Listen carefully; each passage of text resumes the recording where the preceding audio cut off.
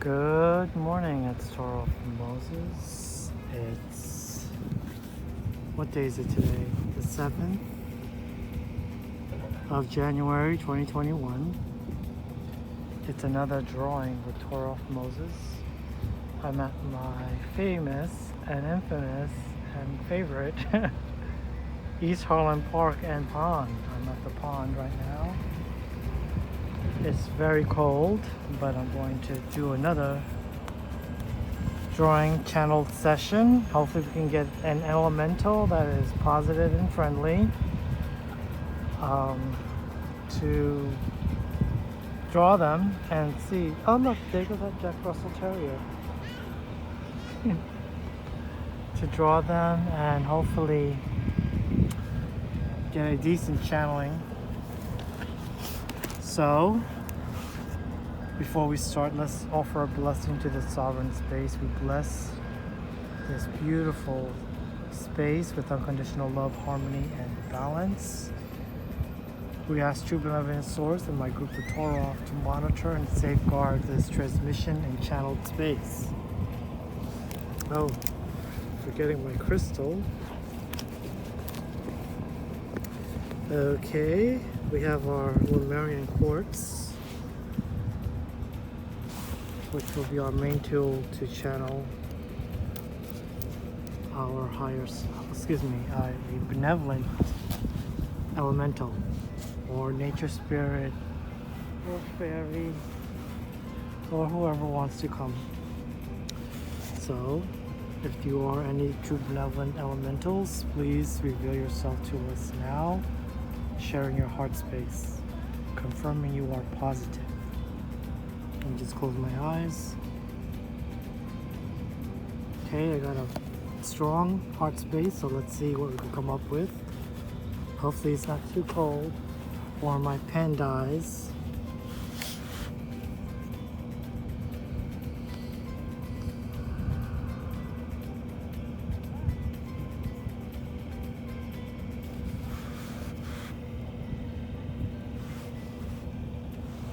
Okay, I think I got something.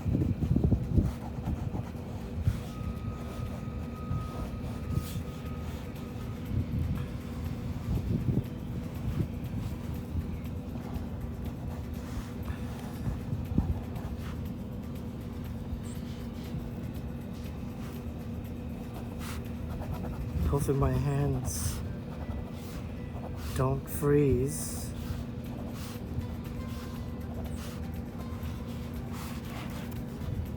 I wasn't sure if I was going to do any winter drawing channeled sessions, because I am sensitive to the cold. I don't like the cold, and I was going to save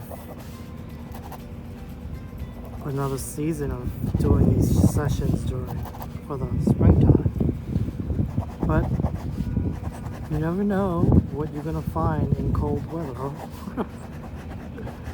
And nature spirits come in different guises and sizes and phenotypes, and they can endure harsh weather such as this and colder. Siberian cold weather I'm talking about. So I have this kind of like being. It's a water-based being. With flowing hair. I guess she's underwater, which makes sense. Her hair is flowing. This pen is dark, so, and I'm not in the sun, direct sun, so this may come up lighter.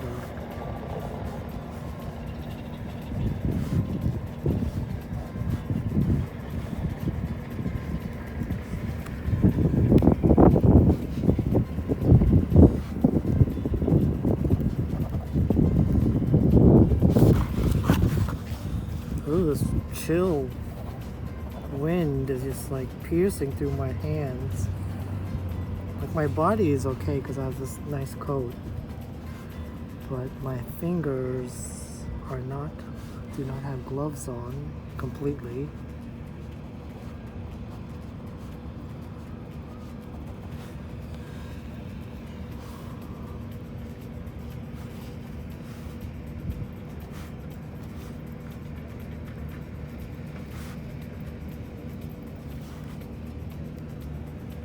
Yeah, this is what I pictured.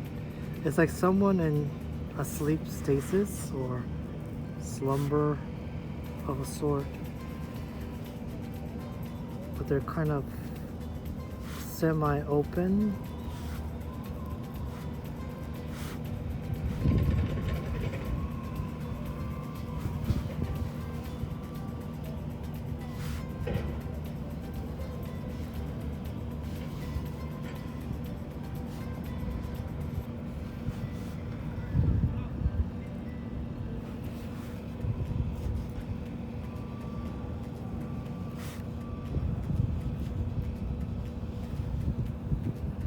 Yeah, it's like that. That's what I saw. So if you're a positive being, share your heart space one more time, please, to confirm. Okay. Share your heart space if you are benevolent. Okay, got it. I can even finish my word.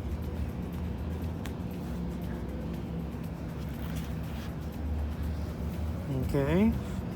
So, show me the rest of you.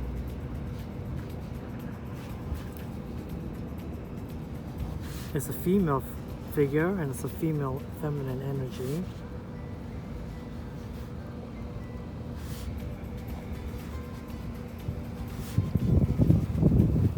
So I have kind of like a mermaid fish race type being here. And this fresh water is not, like mermaids are not reserved for just only salt water or brackish water. Mermaids can also exist in fresh water. They would be called nymphs or a type of nymph or a pond fae or river fae.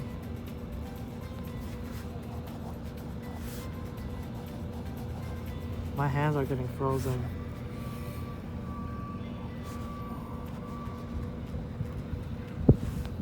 So I'm probably going to keep this very short, and I'm going to have to do this in terms of details later. But I'm just going to ask, tell me a little bit about yourself in terms of what you are, who you are, and a little bit more information on your stats. She says that she is a pond fairy or fae, and so do you have any limbs, or do you have any fish like features? Sorry, my pen just fell. She says that she does have the typical mermaid tail.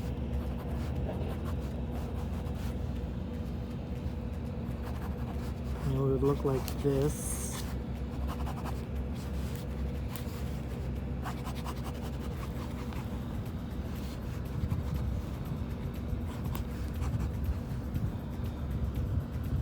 So she does have that type of tail. And then this is her abdomen. Here. Her hips here. And then she does have breasts. They're small. They're not average size. And she has very long stringy hair.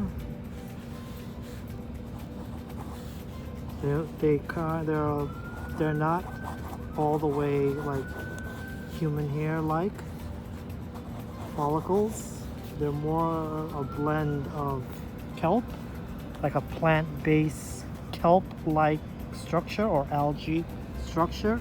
There's moss algae, fungus algae on it as well. There's kelp and there's silk-like human-like hair, but not completely. And she's covered, her ears are semi-fish race looking. And it has some spikes on it, like this. And she has very like slanted eyes. She says that their eyes can't be totally wide open when they're underwater. which makes sense. So they have slit eyes. She has slit eyes like a reptile. Do you have any reptilian DNA? She says yes. She is a blend of reptilian, fish, human mammalian, and other fairy codes. Are you an augment? Are you an experiment? She says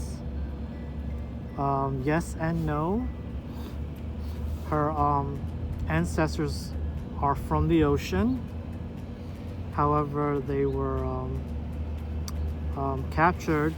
Her people or her tribe in the ocean were captured, and they were sent off to various places in our Earth and many continents, and some places that they inhabit were freshwater ponds, streams, and rivers. So they acclimated to a freshwater or a brackish water, and they thrived in it, and they evolved and tampered with, I should say, first by adding codes of reptilian and other fish race and fairy and human DNA.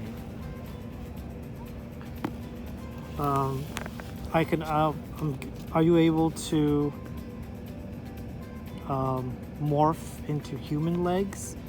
Is that story true where mermaids can morph or transform into a human body? She says yes, they can glamour using magic.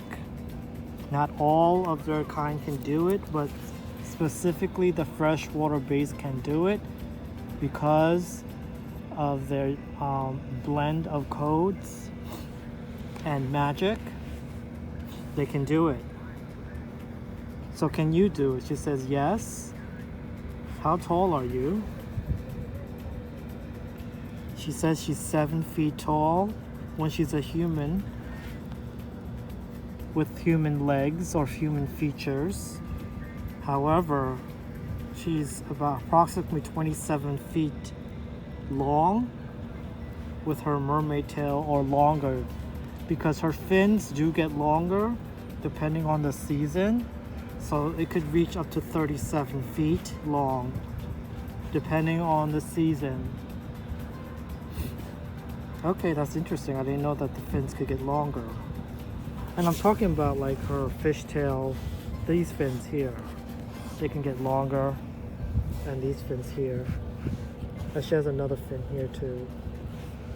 And she has more fins here. Yeah. So those fins that I just illustrated can get longer. So would you be considered a mermaid? She said you can consider as a freshwater mermaid. I wasn't sure I was gonna get a mermaid today. Actually, I didn't even think of it. I was hoping to get a phoenix.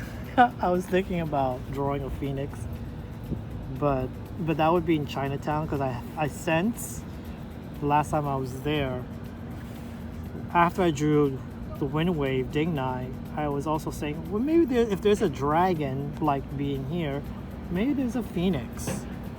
But I'll reserve that time to draw a phoenix when I go back to Chinatown. This is actually our first 2021 drawing with Toraph Moses, so I like this drawing so far. She's so beautiful, so majestic. Well, to my eyes. I only just drew one side of her. Yeah, but her hair is flowing. So beautiful. This is the face I saw, and her hair in the water. Like the top of the water, you can see like her face, and it's so pretty. So she has a Roman S nose, full lips, slanted eyes. She has this thin eyebrow, and then, her hair It's just flowing in the water so beautifully. What else do we need to know of you? So what density are you residing in at this time? She said she can be perceived in the higher 5th, 6th. At this time, she's in the 8th.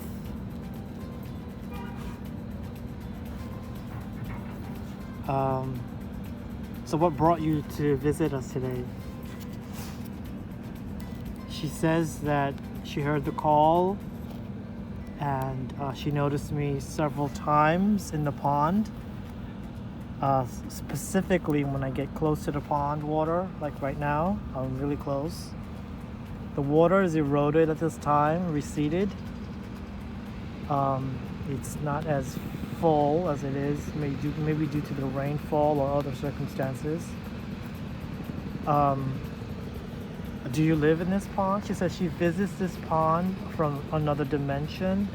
She visits this pond from the higher 5th dimension. However, this pond that she is inhabiting, it's a valley where a lot of fae and benevolent nature spirits reside. It's kind of like a resort, and they sit here to relax, and it has a lot of flora and fauna, and the plant life is very lush, very dense, jungle-like, and the water is crystal clear, and it also has crystals protruding out of the water, the shallow parts of the water, as well as the ground. And there is a willow tree here where I am in my density, which is a 3/4 density, 3/4. But where she is, there is a giant willow tree, but the willow tree branches and twigs are moving. They're like alive. Well, this tree too is alive, but it's just not moving. Oh, that's so cool.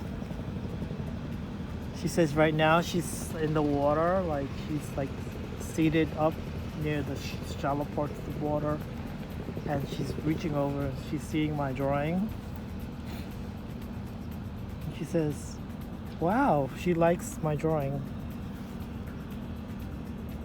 She does have a diamond-shaped form in her face, and she says that I captured that. So I noticed that you have a shallow head. It's do you have yes, her head is like this. It's kind of sloped like that. And it's like that. Not really oval, but more like diamond.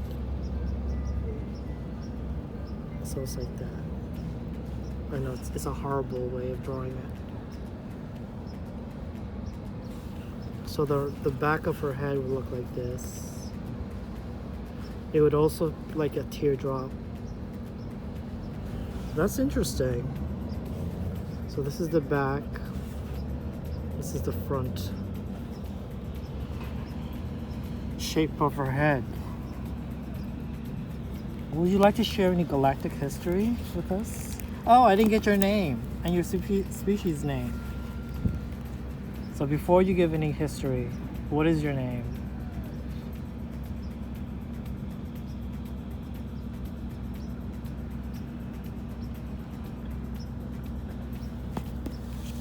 I got the word oval, black,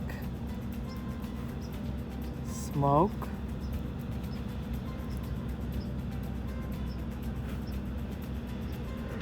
seek. Okay, so let me just put this into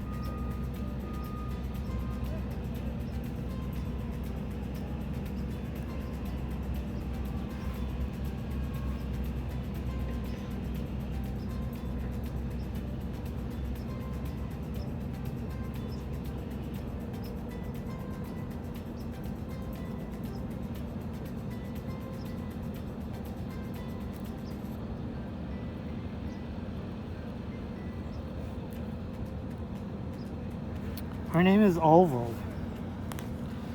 She said I got it right the first time. Her name is Oval.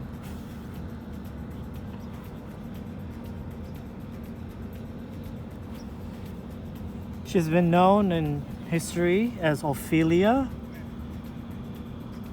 but right now she's going by the name of Oval. It is a pseudonym. She says that we cannot pronounce her name because it's based on sound, vibration or frequency, and light, similar to the Toraph, where their names are also sound, frequency, and light, photonic light. So her pseudonym is Oval, but she's been known in historic linear time history as Ophelia. That's so beautiful. Well, thanks to meet you, Oval. And what is your species called? I want to audit this being known as Toraph Moses and this being as Oval to ensure that they give genuine, truthful information. I request true benevolent source to audit us in this 0 point moment. Thank you.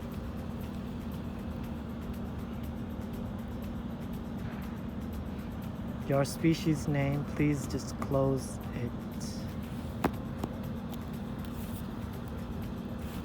I got the word mud skipper.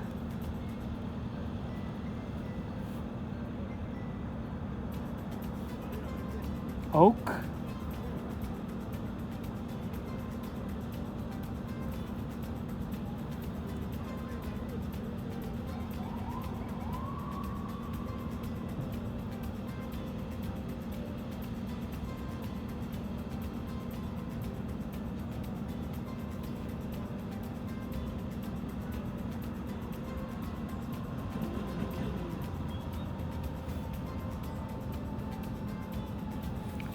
Okay, her species name is ochre.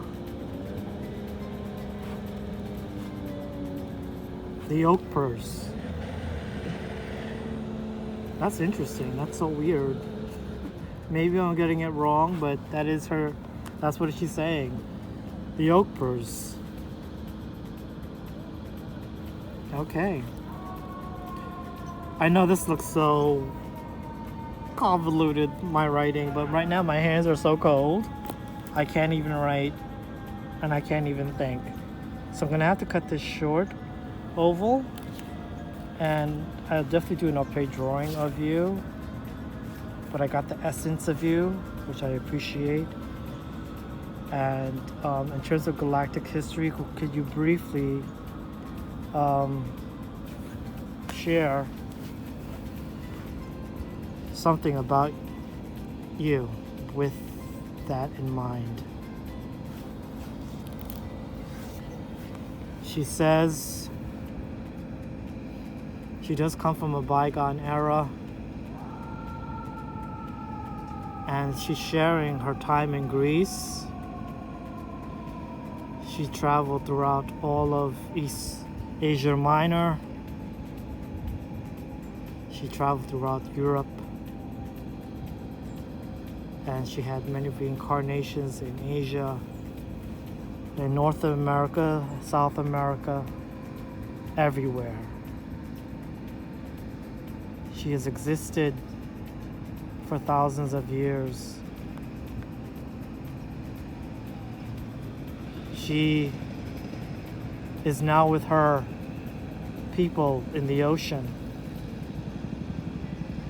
She lives and communes with her people in the oceans, her ancestors. She has reconnected with them. She says that there was a time where all life, all sentient life, all galactic, elemental, and fairy-like people were friends. They worked together, communed together, laughed and cried together. She says that we are approaching it in our human lifetime to experience interacting and interfacing with various humanoid and non-humanoid looking extraterrestrials, interdimensionals, etherics, energetics, fish races, and beings that live in the far deep abyssal trenches.